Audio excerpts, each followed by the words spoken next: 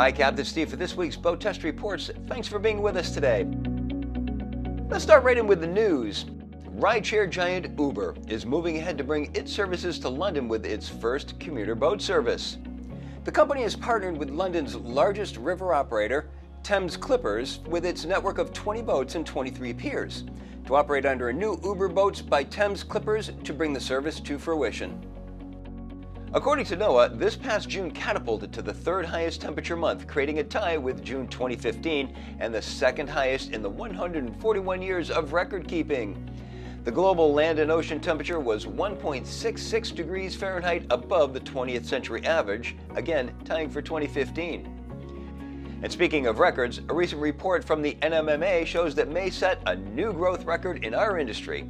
Sales were up a whopping 59% compared to April.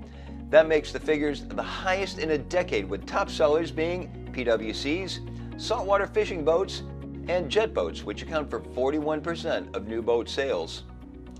And the Atlantic Shark Institute announced last Wednesday that it spotted 4 great whites in the waters off Block Island, Rhode Island. The sharks were detected in June, traveling west to east along the southern part of the island. What we don't know yet is if they just go there and continue to go east towards the Cape, or if they're going to actually circumnavigate or spend more time there. Town officials say the beaches are still open, that the spottings were not near any of the busier beaches along the northern half of the island. Another milestone launch from Mastercraft. The NXT-24 is now the largest of 3 NXT models. With a 10-foot 2-inch beam, it includes the company's Gen 2 surf system and DockStar, the multiple rudder steering system with 2 rudders forward of the prop and 1 abaft. And Cobalt recently launched the new R6 as part of its new series of boats. It sports a new glass dash, plenty of storage solutions, and wraparound seating.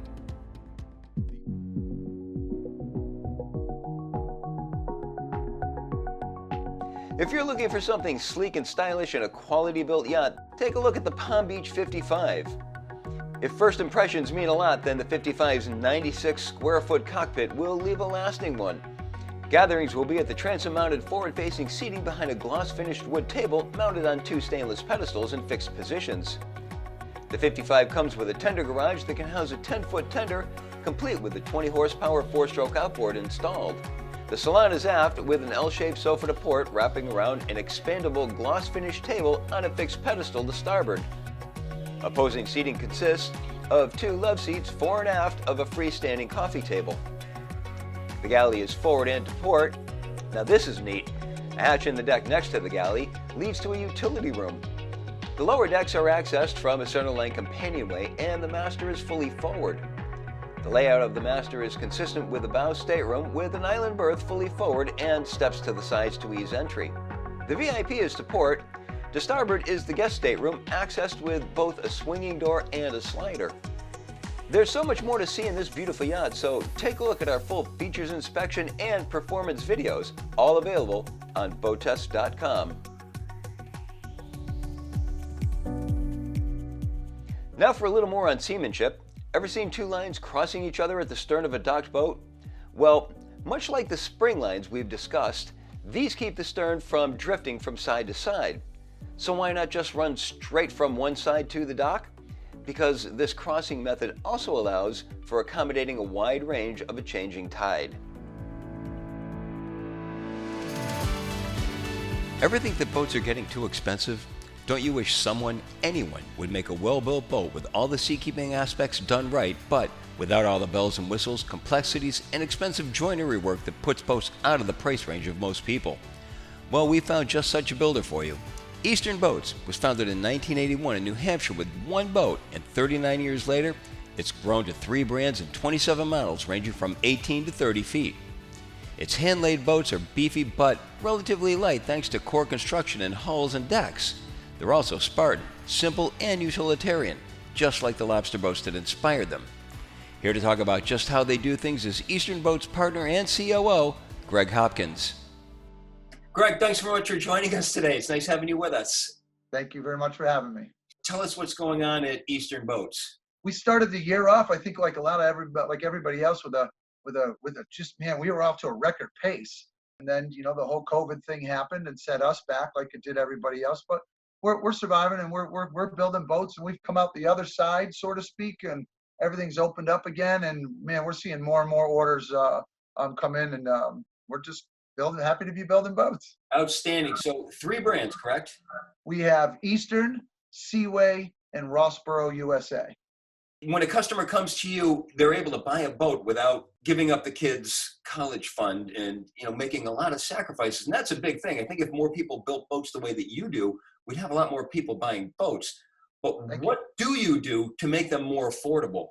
Our team of builders has all that knowledge of building boats. Well, so does our purchasing agent, and so does our staff inside the office, who's not necessarily, air rolling and, running the chopper gun. From the start to the finish of the process, every member of our team has a certain knowledge of how these boats are put together, and being able to buy like the big guys, but do it smart, and timing is very key for a small business like us to make sure that, we don't get hammered with the bills, I guess, after all said and done, so being smart in purchasing, coordinating that with our experienced boat builders, not having to rely on the expensive CAD systems, and rely more on our personal and professional experience over the last 40 years has really helped us keep the boats affordable.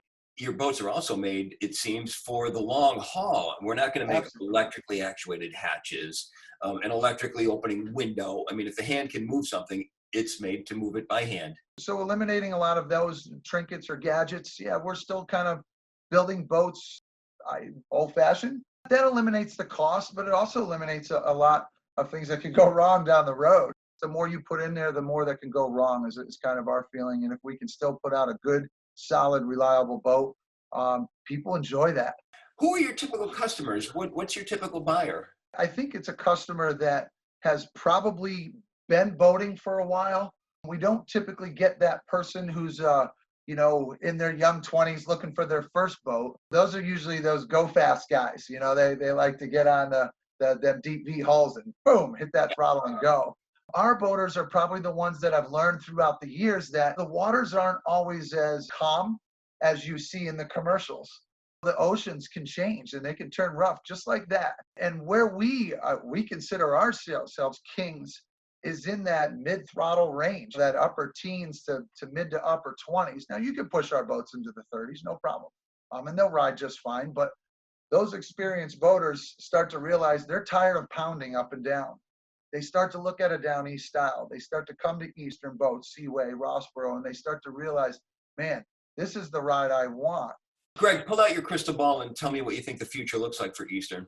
I think we have some very exciting things coming down the line. Hopefully we can get back to these boat shows sooner or later and unveil some of the things that our team has been developing and thinking about. And we're always looking to improve and grow, but never lose sight of the fact of who we are. We're the Down East guys.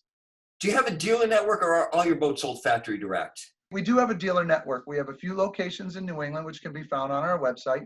And we also have a few new partnerships that we are developing from here to Florida. So we're looking to expand a little bit, but we have to keep in mind what our capabilities are as well. And we don't want to sacrifice quality by trying to push out quantity. It's been great talking with you. Thank you for joining us today. Thank you so much for having me, and it was a pleasure. Now for some questions from the U.S. Coast Guard Captain's Exam. Let's see if you're a super captain or just a super wannabe. Our first question is, when underway in fog, you hear a vessel ahead sound 2 prolonged blasts on the whistle. You should A. Sound 2 blasts and change course to the left. B. Sound whistle signals only if you change course. C. Not sound any whistle signals until the other vessel is sighted. Or D. Sound only fog signals until the other vessel is sighted. And the answer is D. Sound only fog signals until the other vessel is sighted.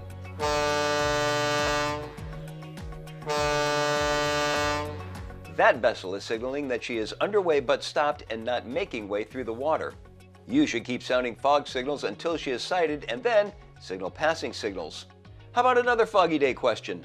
In restricted visibility, a vessel being towed, if manned, shall sound a signal of A.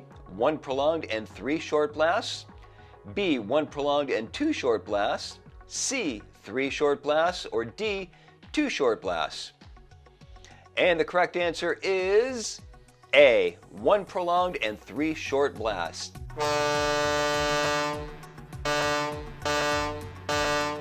Ideally, after the towing vessel sounds her signals of 3 short blasts in succession. Well, that's our show for this week. As always, keep those questions, pictures, and videos coming.